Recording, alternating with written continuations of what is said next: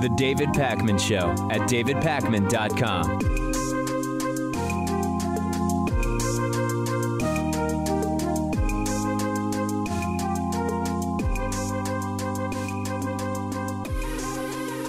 Donald Trump has presented his proposed White House budget, and it's outrageous in every way. It's the largest budget ever, $4.75 trillion. Now, of course, we're all adults here. We all know about inflation. We all know about a growing economy. It would make sense that in raw numbers over time, as the country grows, as more and more people live in a country, in raw dollars, budgets would realistically continue to get larger and larger. However, it's the specifics of what's cut and what is increased that are, I would argue, downright immoral. To begin with, I told you a while ago that Republicans were, and Trump specifically, were setting up to use the deficit they've exploded to justify cutting Medicare and Medicaid. In other words, they blow up the deficit and then they say, hey, we've got this huge deficit to deal with now. We've got to cut Medicaid, we've got to cut Medicare, and maybe even Social Security. And they are doing it. But let's first start with what is increased in Donald Trump's proposed budget that was released yesterday, totaling $4.75 trillion. The first increase from Donald Trump's budget is a 5% increase to military spending. Not only immoral, but wasteful economically. We already have by far the largest military in the world. We already have more than enough firepower and weaponry to destroy the world many times over, more than would ever be needed. This is a proverbial or metaphorical penis size contest. Of course, throwing in there $8.6 billion for the U.S.-Mexico border wall, which, remember, he is not easily going to get from the people in the House and Senate that actually decide on getting him the money.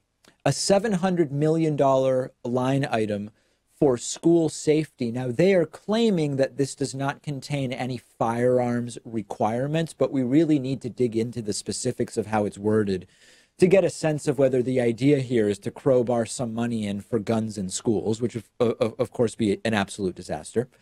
Funding for dealing with opioid addiction, that's a good thing. 10% increase to veteran health care, which is of course fine, but we have to consider the total funding for all types of health care, and we can't fully do that until we talk about what is being cut. Education voucher program, which is once again a handout to those who are looking to cripple public education and to provide money to charter schools and private schools, et cetera. Total disaster.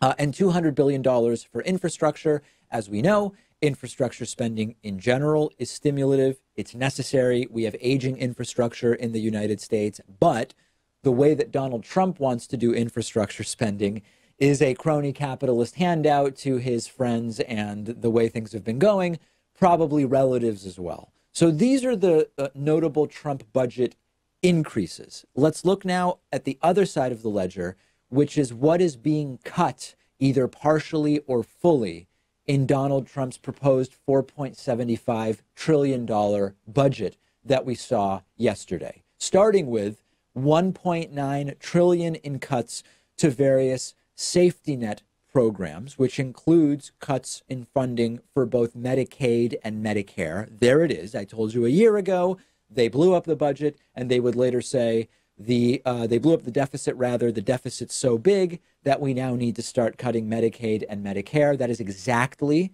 what the Trump administration is proposing. But not just that, also a $26 billion cut to the Social Security disability program. The Trump budget wants to save $327 billion by adding some new work requirements for adult food stamp and housing recipients. They believe that will kick off a bunch of people from those programs, saving them $327 billion. Donald Trump wants to cut funding for the Environmental Protection Agency by 31%. Last thing we should be doing right now as we more and more rapidly destroy our planet.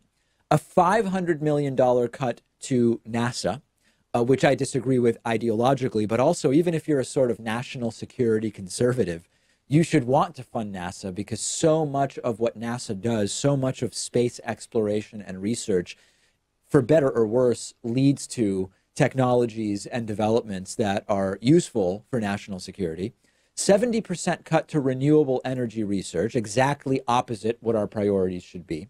Eliminates climate change programs at multiple agencies. So different agencies within them have elements of climate change related research. Trump specifically is eliminating funding for those programs within many of these agencies. This includes a 14% cut to the Interior Department.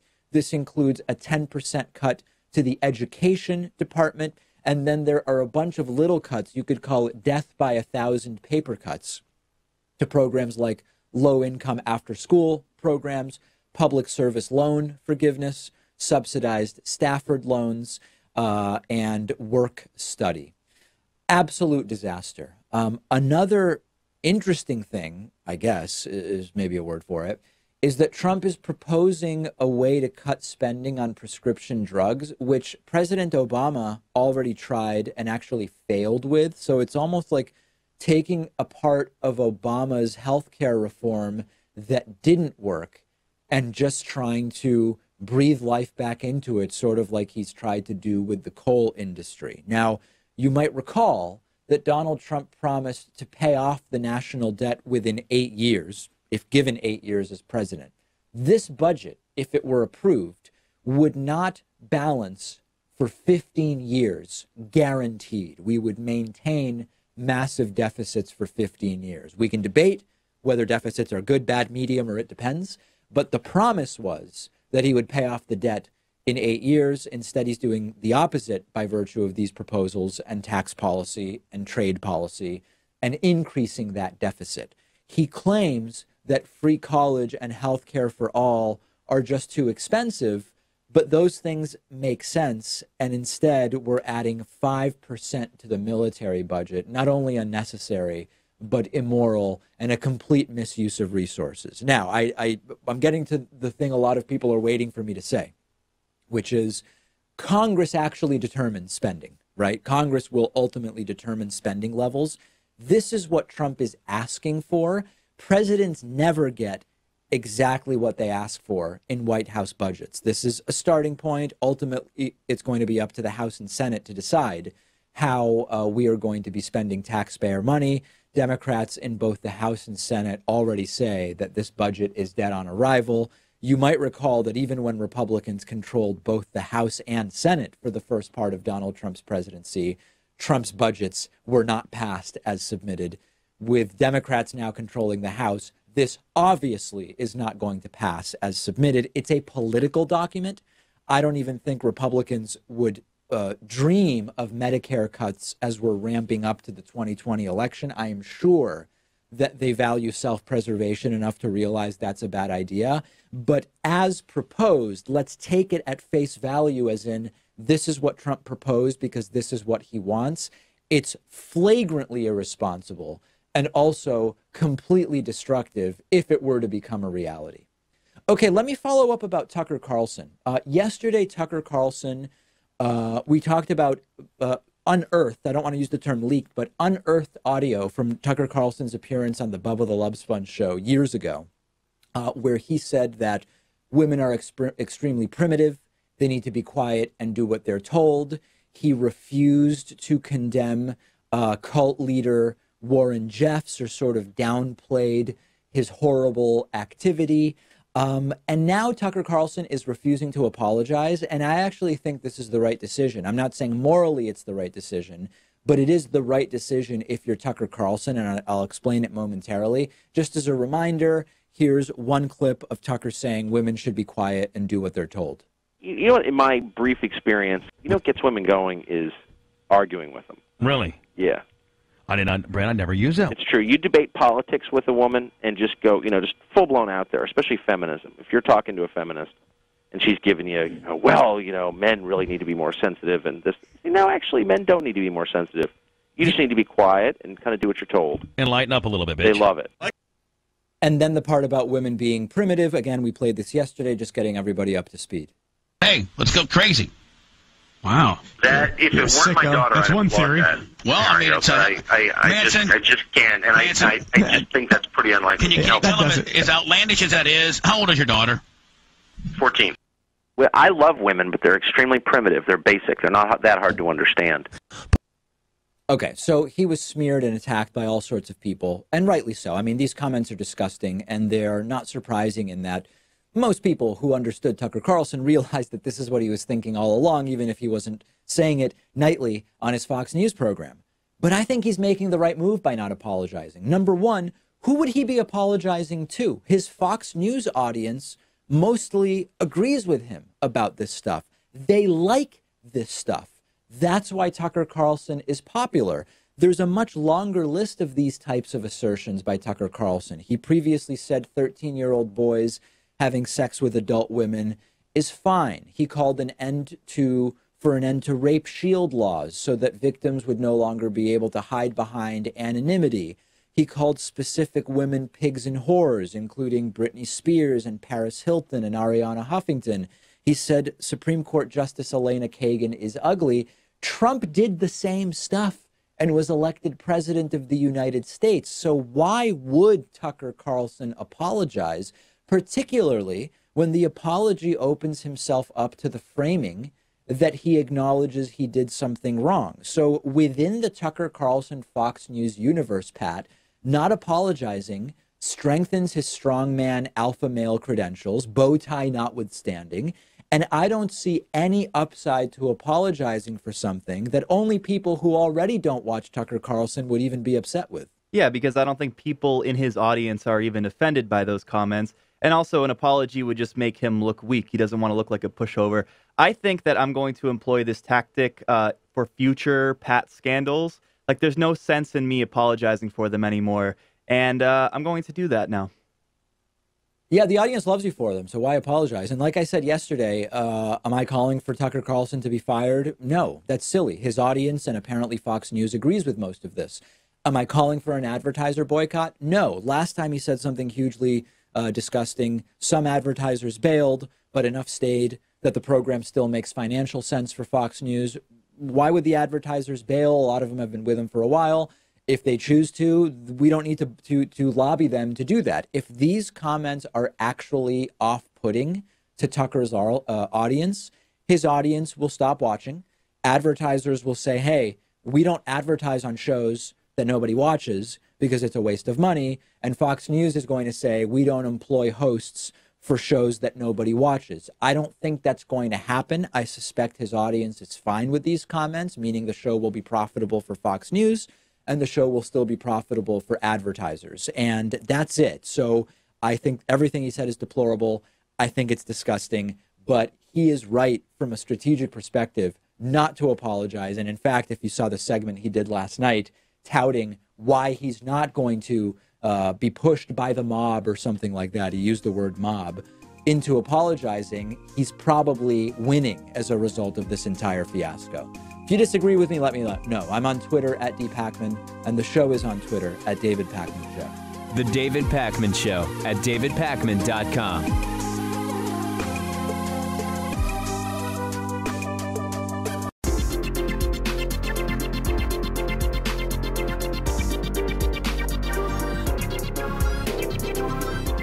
The David Pakman Show at davidpakman.com. Big thank you today to Lisa Kleinwort. Lisa's today's new member of the day. This program is mostly funded by individual viewers and listeners when they go to www.joinpakman.com and sign up. Click that red sign up button, and Lisa Kleinwort is today's new member of the day. Also want to say thanks to Jen Steinberg. Jen Steinberg, a friend of mine down in Austin, Texas, who has been with the show for almost 5 years. With peace and love, hi to Jen and Matt Steinberg. You are great, great people. And maybe I'll see you in Austin soon, if not back up in Massachusetts. www.joinpakman.com. Lisa, Jen, thanks to everybody. And very exciting news, by the way, about membership, which I want to tell you about next. Last week, no, it was the week before, man, maybe it was even 3 weeks ago. I don't even remember now. A David Pakman Show All-Star named Joshua, who's a member who participates on the YouTube live streams with super chats, got in touch and said, David, I want to do something for the show. Let's give away some free and half price memberships. And I said, if you want one of these, reach out to me. We've got a nice budget provided by Joshua. And we ended up with 32 new half price memberships and a whole bunch of free ones. I don't even remember exactly how many, more than 32 for sure. We are doing this again. The success of this has inspired Joshua and us to do this again. Okay, so this is really, really simple. If you genuinely can't afford even a few dollars for a membership, get in touch either on our website or just email me directly. I'm personally handling this, david@davidpakman.com, and then say, hey, David, I really want one of those free memberships. I'm not going to ask for your tax returns. You're not running for president here. I'm just going to take you at face value that you really can only afford the membership if it's free. In other words, you can't afford a membership at all. If you can afford a half price membership, okay, get in touch and say, David, the full price membership is too much. Half price membership sounds good. You can keep the half price discount for as long as you remain a member. I would like one of those. David@davidpakman.com, or use the contact form on our website, and I will send you a code for a half price membership. Obviously, I have no way of knowing, but last time it seemed like people were being pretty upfront about whether they could afford a half price membership or whether they really needed the free membership. Just remember, every time you ask for a free membership, that is one free membership somebody else can't get. We have a nice budget for this. I don't know exactly the total number that we're giving away, but it's a bunch, okay? So free memberships, half price memberships for people who can afford them. Get in touch with me, david@davidpakman.com. If you can afford half price, ask for half price so that we leave the totally free memberships thanks to Joshua's offer for people who really can't afford half price. And I look forward to reporting to you probably by the end of the week. Both the free and the half price memberships will be spoken for. Look forward to reporting to you how many new members we are able to bring in with this second month in a row of a great, great, great and generous offer. Thanks to Joshua. More on that later in the week. Get in touch. Okay, we are starting to pay closer attention to 2020 polling for the Democratic presidential primary. I know that it's still many months, I guess 11 months until we get to the first Democratic primaries, but it is starting to get more interesting to look at polling. And I mentioned to you last week that Bernie Sanders is the front runner if we look only at candidates who are actually candidates. In other words, if we leave out people who have not yet declared candidacies like Joe Biden and look only at those who have said, I'm running, Bernie Sanders is the front runner. He is leading in basically every poll among those who have formally declared that they are running. But, and I mentioned this last week, in most polls, Bernie Sanders is behind Joe Biden.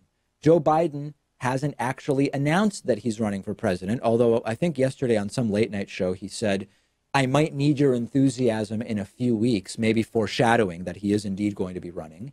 But Joe Biden, despite not even being an official candidate, is still leading in basically every poll out there. So the news is that there's some good news for Bernie Sanders on this front. Bernie Sanders has closed the gap with Joe Biden quite a bit in Iowa, which is an important early primary state. We have a new Des Moines Register, CNN, Mediacom Iowa poll of likely Democratic primary voters.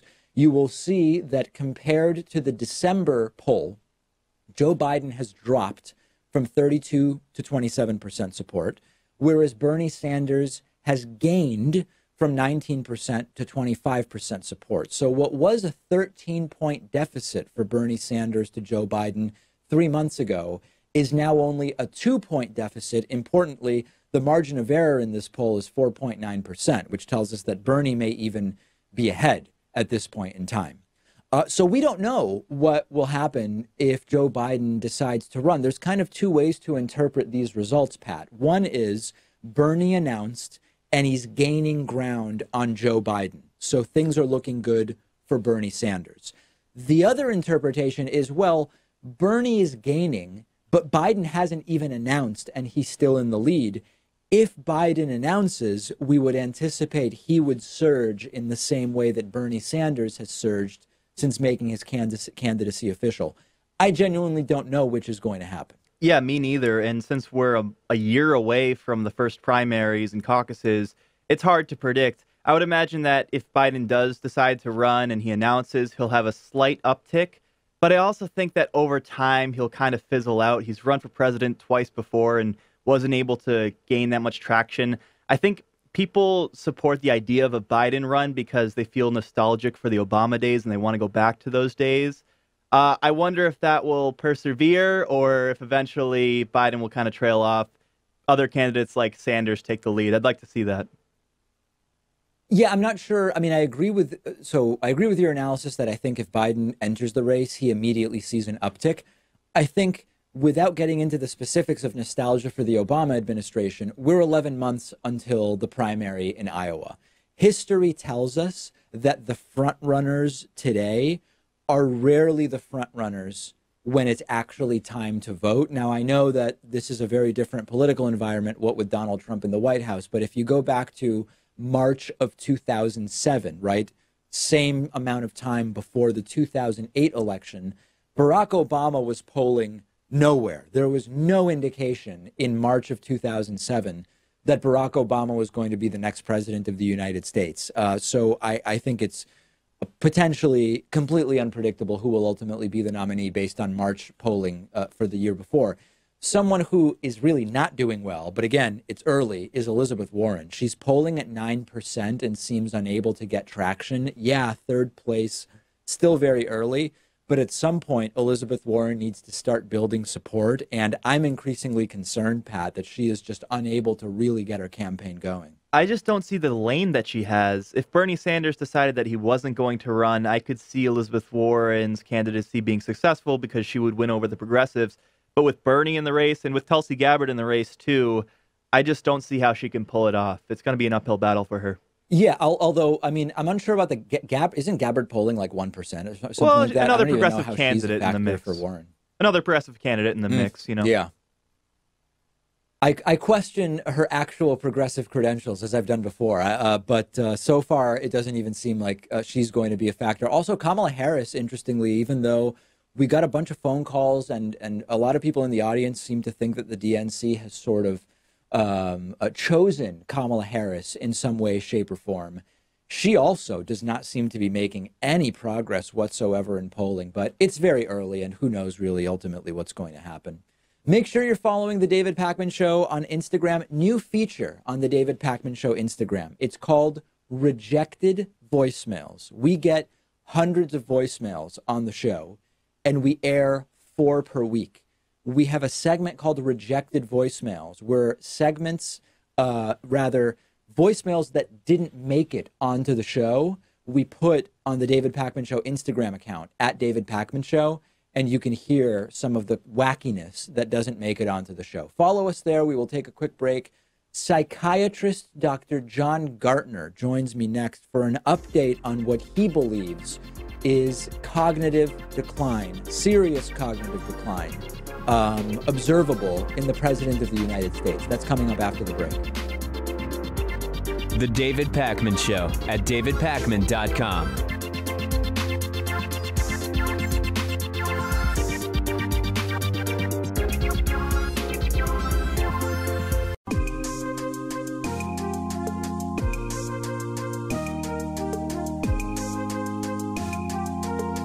Welcome back to the David Pakman Show.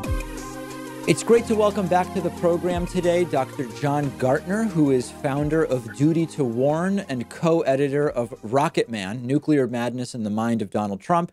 He has taught in the Department of Psychiatry at Johns Hopkins Medical Center for 28 years. Dr. Gartner, thanks for joining us again. Sure. Well, thanks for having me.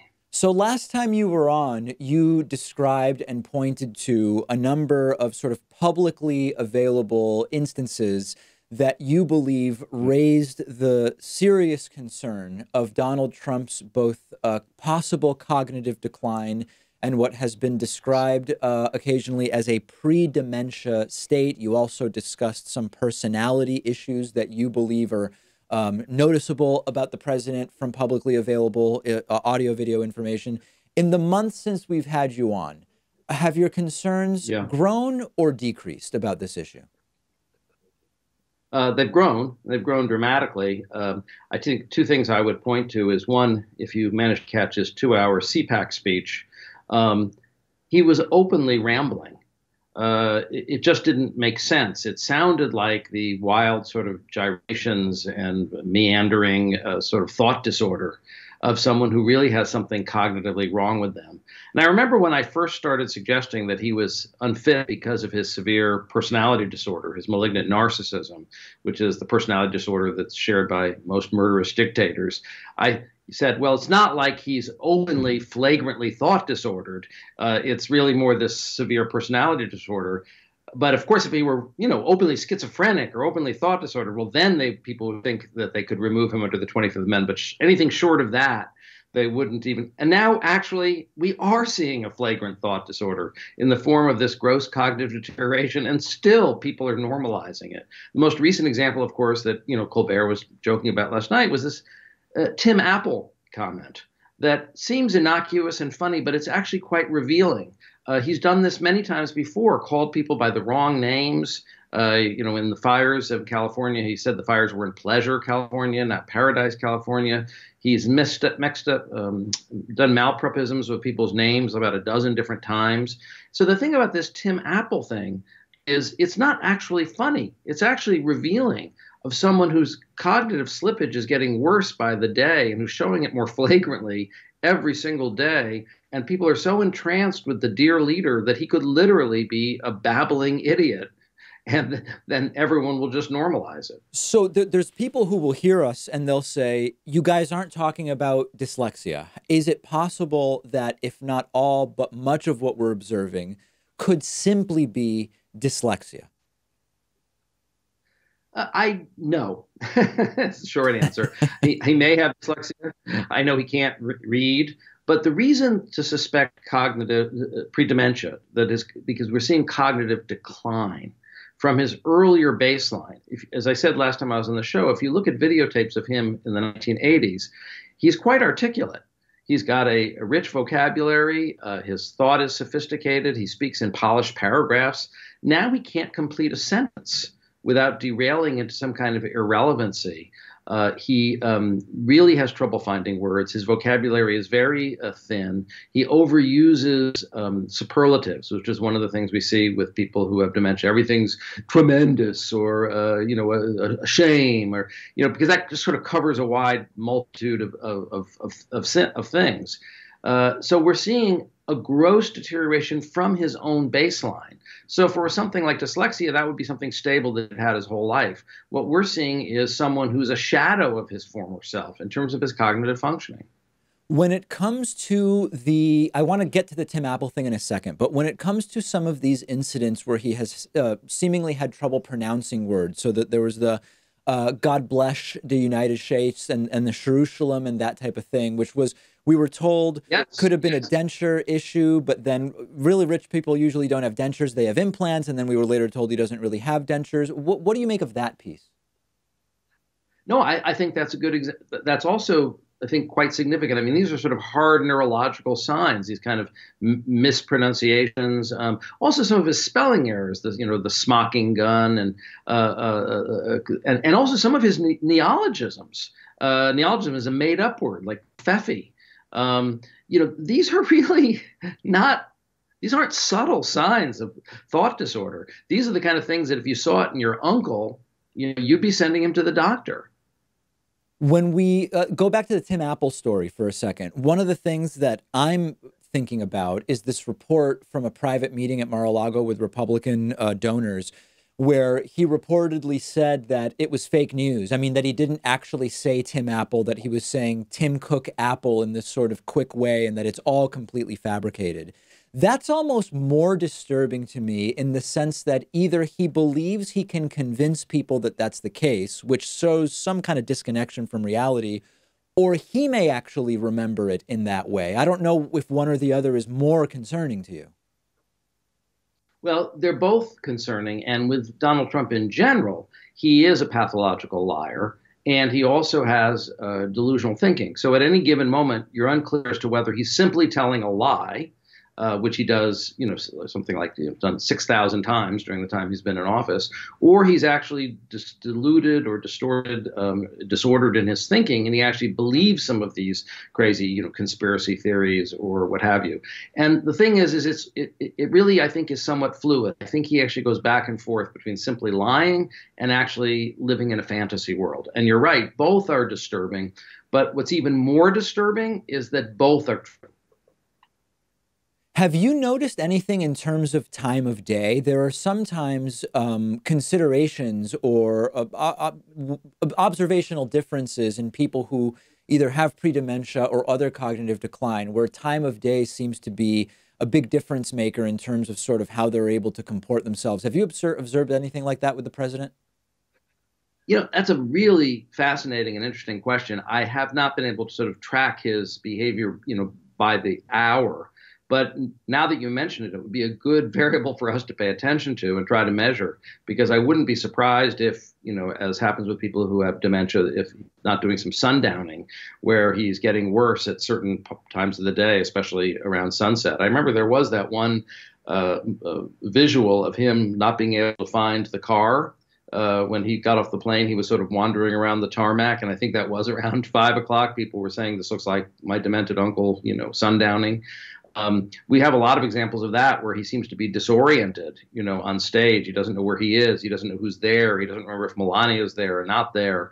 And people are kind of steering him, in the right direction, but he looks confused and aimless. There will be people who listen to or watch this interview who will say, hey, guys, hold on a second. Dr. Gartner has not examined Donald Trump. Dr. Ronnie Jackson did. They did something called the Montreal Cognitive Assessment, and Trump passed, right? So how do we evaluate that defense? No, it's actually an excellent question. The Montreal Cognitive Assessment is really a screening device for gross dementia. It doesn't measure these more subtle signs of cognitive decline. So if you think of a rock rolling downhill, it only goes one way. It only goes down.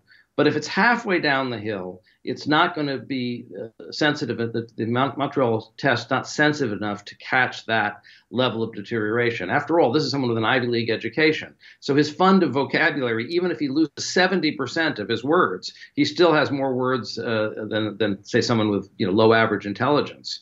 If you look at the items on the Montreal Cognitive Assessment Test, there are things like, can you identify a camel? Can you identify a lion? Can you say 3 numbers backwards? These are the kind of things that can you draw a clock? So these are sort of things that are very, very rudimentary. So you could have someone who's in an advanced stage of cognitive decline, but who hasn't gotten so demented that they need to be institutionalized, that would still pass the Montreal, especially if they started out with a high level of intelligence to begin with. As I said, if you look at the tapes of him, people say, no, we haven't examined him, but we do have him on videotape speaking and behaving. So we have observed behavior. If you look at the way he behaved and spoke in the 80s, he looks like someone who is 2 standard deviations cognitively ahead of where he is right now. Yeah, let's dig into that a little bit more, because last time you were on, there were people who, even though we did address it, still were not sort of satisfied with your answer. We've talked about this idea, I don't know if I should call it a standard or a rule or a protocol, whereby mental health professionals should not make assessments about individuals without personally examining them. And you pointed out that unless Donald Trump is effectively playing a character in every audiovisual record, that we can deduce characteristics about reality from the audiovisual record. Can you address that from a sort of mental health standards and guidelines perspective, and then maybe more colloquially? Well, just to take a step back, so the Goldwater rule really sprung from a lawsuit in 1964 when Barry Goldwater was running for president, and a magazine, Fact magazine, which is now defunct, did a survey of psychiatrists as to whether he was mentally stable, and this is in the area of Freudian psychiatry. And so many of the psychiatrists said he wasn't, but the explanations they gave is that he had an unresolved Oedipus complex, he'd been scarred by his potty training, he was a latent homosexual, very speculative kinds of ideas. And so I actually interviewed the last living member of the ethics committee from that era, and he said, look, we didn't want people making irresponsible claims about public figures that weren't evidence-based. And that was why they put that rule in. Also, they didn't want to make the profession look foolish or leave it open to lawsuits. But then in the 1980s, we switched to a different diagnostic system, the DSM system, which is based on observable behaviors. All of our diagnostic criteria are based on observable behaviors. Well, we can observe Donald Trump's behavior. We observe him on TV. We've all observed him on TV for hundreds of hours. We observe his social media postings. And also, we have what we call in psychiatry informants, people who have worked in the White House, who have written memoirs or have given interviews describing their observation of his behavior. You know, there was a hashtag 25th Amendment inside joke going on within the White House itself of his own aides making, kind of slap your forehead sort of observations about the things that he would do that seem so grossly disordered. So it's not just an act. The people who are closest to him are even more alarmed, apparently, because they do see more close up how disordered his behavior, his personality, and his thinking truly is. So what's important to understand is that the rule was put into place for good reason. People shouldn't make irresponsible public statements, but it wasn't intended to be an overall gag order. And it's not saying that we can't make intelligent inferences about someone's behavior if we can observe their behavior and get information from other people who are observing their behavior. So all of these comments that we're making are based on things that we can see with our own eyes, and that people who up close to him can see with their own eyes. Dr. Gartner, last thing I want to touch on. I've been making the case that whether or not there is a case for impeachment against the president, at this point, only 20 months from the 2020 election, the most direct path to his removal is just voting for somebody else in November of 2020. Along the same lines, when we think about the 25th Amendment and removal for being unfit, from a purely practical perspective, are you also of the mindset that is an uphill battle and the most direct path is just voting him out in 2020? Well, the reason the most direct path for getting rid of him is voting him out in 2020 is because we have the most thoroughly corrupt political party in the history of our nation, the current Republican Party, that would not remove him. Not could he shoot someone on Fifth Avenue, he could commit mass murder on Fifth Avenue, and they would not remove him. This has really become a fascist party who will unite behind the leader no matter how evil, no matter how dishonest, no matter how destructive, no matter how immoral his behavior. And so I think I disagree with Nancy Pelosi in the sense that I think it's actually their constitutional duty to impeach him, given that he is not only committed. Actually, if you read the Constitution, we always talk about high crimes and misdemeanors.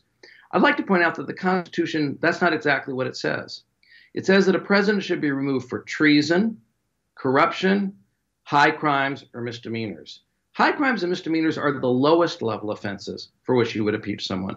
Treason and corruption are the highest level offenses. And there is absolutely no doubt that this president has committed treason and that he is the most thoroughly corrupt politician perhaps in the history of our nation.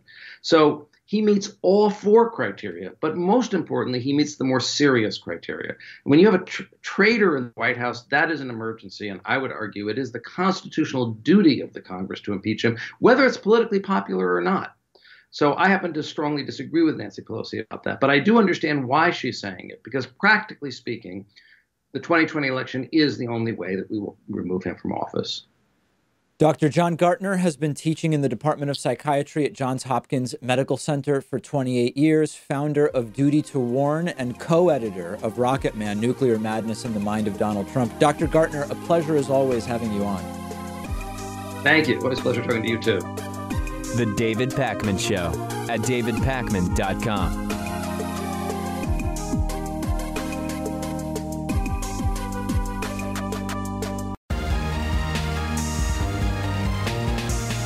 The David Pakman Show at davidpakman.com. This is sort of interesting and also funny and also sad. We'll see where you ultimately come down on it. We used to interview people from the Westboro Baptist Church. This is that infamous church located in Topeka, Kansas, known for their God Hates Fags slogan. They're known for protesting soldiers' funerals and blaming anything bad that happens on either homosexuality or bisexuality or more recently transgenderism.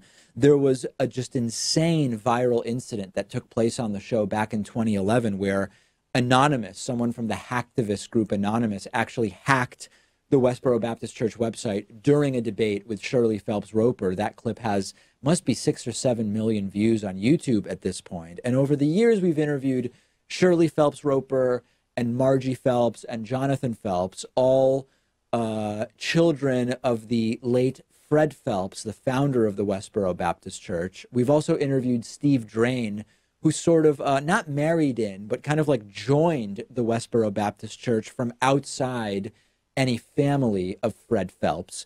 And we haven't had them on for years because they're just less present recently. I don't think they're particularly relevant. We got a call a couple weeks ago from a viewer saying, hey, David, when do you decide, how do you decide when to no longer interview an extremist? And I talked about it being kind of a balance between the notoriety that they have and the relevance of their ideas, and that we make a calculation about whether it's worth refuting their terrible ideas or if it's better to just kind of ignore them. And basically, we've been ignoring the Westboro Baptist Church for years at this point, until a producer, Noah Ferguson, told me that the Westboro Baptist Church was going to be near him yesterday at Virginia Commonwealth University, his alma mater. They apparently the catalyst for being in Virginia at all was that Danica Rome became the first transgender person to be elected to a U.S. state legislature in Virginia. So the Westboro Baptist Church decided to start out with a big protest at the Virginia state capitol, where the protest group itself was actually pretty small, but a counter-protest group was more prominent. Also, the lead singer from Lamb of God was there, leading a drum circle very, very close to the protesters. It was just a completely wacky and raucous scene, as is often the case anywhere that the Westboro Baptist Church appears. And then the Westboro Baptist Church went from the state capitol over to Virginia Commonwealth University, to VCU. So producer Noah Ferguson went down there to try to talk to them. Police were all over the Westboro Baptist Church people, trying to make sure that nobody does anything to them. Shirley Phelps-Roper had this big boombox playing music, and all sorts of media kept trying to talk to her and to other Westboro members, and police wouldn't let them get close enough. Shirley kept the boombox really loud. And this is hilarious. Noah Ferguson was able to get close enough to say to Shirley, he's from the David Pakman Show. And Shirley immediately turns down the music and actually starts talking to Noah Ferguson. And Noah explains to the police officers that are nearby that we actually know Shirley, which is just hilarious. I can't imagine what's running through the police officer's mind. And she said during this impromptu question and answer session with Noah that she'd be willing to come on the show. Weirdly, at one point, she seems to sort of suggest that our entire audience is transgender, but maybe there's like a grammatical ambiguity. Let's take a look at the video. You'll hear the music blasting from the boombox at first. Shirley eventually turns it down and then actually talks to Noah Ferguson. You want to talk to the David Pakman Show? We know each other. It's cool. Yeah, many times. We haven't had you on in a while. Would you be willing to come back on? What are you out here protesting today? Well, several things, but mostly this nation is given over wholly to the sodomites. Wholly. And it's on full display out here. Just look around. That's really interesting. Do you still think David Pakman is going to hell? Everyone, except they repent, everyone will go to hell. Is everyone in David Pakman's audience going to hell? You have taken this subgroup of sodomites called transgender and elevated it again with lightning speed to a position of respect in this country. What God has called an abomination. And you said you would be willing to come back on our show? What do you think you guys would want to talk about if you came back on? Whatever. He always has something to talk about. The only thing I'll be talking about is the Word of God. I actually think, Pat, that at the beginning, I think she thinks Noah is David Pakman. She almost, it seems like she kind of says, oh, we know each other, or I know him, we've talked before.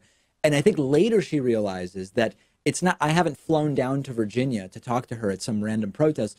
And then she realizes she's talking to someone who works for the David Pakman Show. Yeah, there very well could be some mental illness going on there, especially given that she implied that our audience is made up entirely of transgender individuals, which I don't believe to be the case. No, so I think I couldn't tell whether she was saying our audience is transgender individuals or our audience has elevated transgender individuals in some way that I guess she finds deplorable or whatever. But in any case, there's Shirley Phelps-Roper.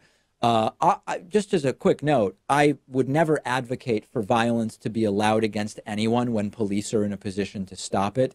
But when I think back to the Charlottesville, Virginia neo-Nazi rally, one of the bigger problems there was that police weren't able to sort of like properly be set up to protect people and from violence. And someone ended up dying there and tons of people ended up severely beaten by right-wing protesters. Here, the police is very securely formed a perimeter around Shirley Phelps-Roper and the Westboro Baptist Church people. Just an observation. And as far as them being back on the show, I think it's basically over. I don't think the audience is interested in hearing from the Westboro Baptist Church. But if I'm wrong and you are interested in hearing from them, by all means, get in touch and we can reach back out to Shirley and see what it is she wants to talk about. Hey, this next clip is fascinating because we've been talking about, does Trump privately believe all of the nonsense lies that he tells? So as an example, we were told that Trump was privately repeating that 3 to 5 million people voted illegally for Hillary Clinton long after his bogus election integrity commission had been disbanded without finding any evidence of 3 to 5 million illegal votes for Hillary. He seems to truly believe that 3 to 5 million people voted illegally for Hillary Clinton. Inauguration crowds, long after the inauguration crowd stuff was out of the news, I believe we also heard that Trump was privately talking about it. So maybe he genuinely believes whatever lie about his inauguration crowd. Cut to last week. Last week, Donald Trump referred to Apple CEO Tim Cook as Tim Apple. It's on video, just a reminder, so we all have it present in our minds. I mean, you've really put a big investment in our country. We appreciate it very much, Tim Apple. You've really put a big investment in our country. We appreciate it very much, Tim Apple. So it's like super crystal clear that he called him Tim Apple there. There's now a new report from Jonathan Swan at Axios, which is reporting that at Mar-a-Lago a few days ago, Donald Trump told Republican donors at a private meeting that what you just saw on video never happened. Trump calling Tim Cook Tim Apple is on video, but Trump told Republicans in the room that it's, quote, fake news, and that what he said was Tim Cook Apple really fast. And so someone has deliberately misreported it as Tim Apple, but he actually said Tim Cook Apple. Two donors who were in the room talked to the reporter from Axios, Jonathan Swan, and they say, we can't understand why Trump is lying about something that's on video. And the most interesting thing is that the donors said they don't even care about it. And this is the exact type of thing, Pat, that we were talking about with Dr. Gartner earlier, which is Trump called someone the wrong name. His supporters don't even really care about that. Many of them have already forgotten about it. Why is he in a private room of donors even bringing it up? And this is sort of a trademark of Trump, lying about things that don't really matter or are undeniable because they're on video. And he's done it before with the Access Hollywood grab him by the pussy video. Initially, Trump said the video was fake, that it wasn't his voice on the video. He later admitted it was his voice, but it was just locker room talk. And this is, Pat, I know people will get mad about what Dr. John Gartner said about Trump's cognitive decline and sort of mental state. This is exactly the behavior that people are talking about. Well, Trump does need to learn how to pick his battles. That's true. We speculate that maybe him calling Tim Cook Tim Apple has to do with some sort of cognitive decline. But it may not be that. He may have just slipped up. It's kind of similar to when Obama said that he had visited 57 states when, of course, there are only 50. It could have just been a misspeak. But leave it at that. Everyone does that. Everyone makes mistakes like that. You don't have to revisit it. You don't have to reopen this chapter. Just move along. Yeah, no one cares in terms of his base, and it is part of a broader pattern, as Dr. John Gartner pointed out. But even still, denying that it happened just doesn't make any sense. And there's a few possibilities. Trump may be the type of liar who lies so much that he thinks he's an incredibly good liar and that he'll be able to convince people. Like Trump might actually think, yeah, I know it's on video, but if I just tell them it's fake and that's not what I said, I can convince them because I'm just that compelling.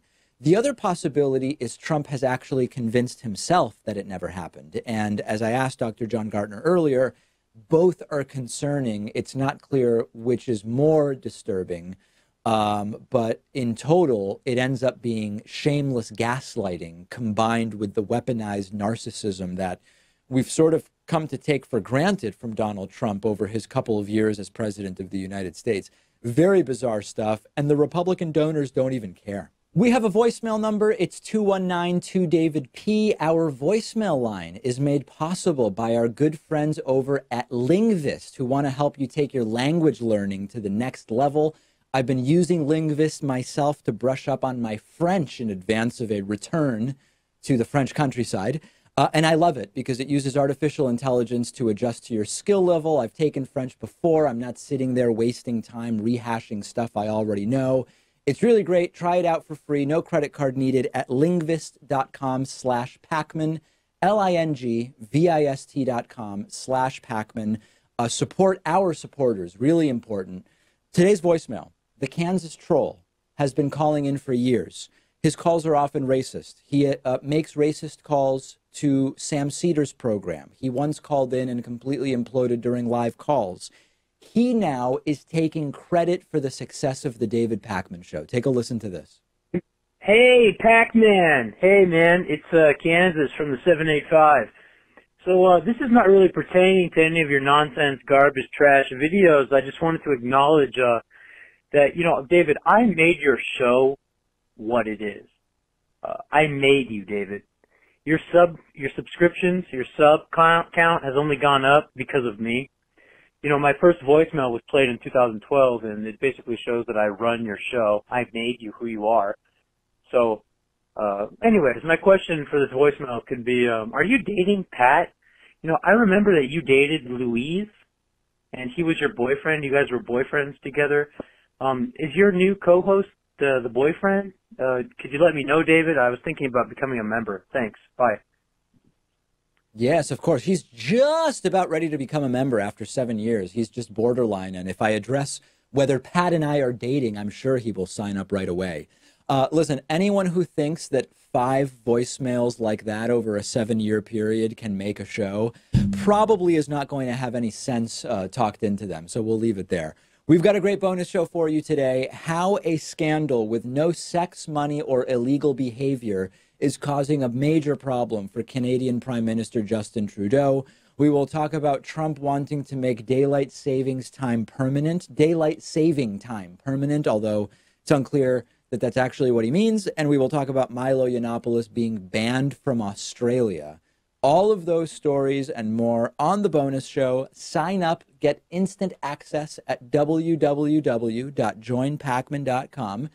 Free and half-price memberships available if you get in touch at david@davidpakman.com and say, I want one of Joshua's free memberships, or if you can afford it, I want one of Joshua's half-price memberships. Really great stuff. Thanks to Joshua, you'll get instant access to the bonus show, and I will speak to you in mere minutes on that bonus show.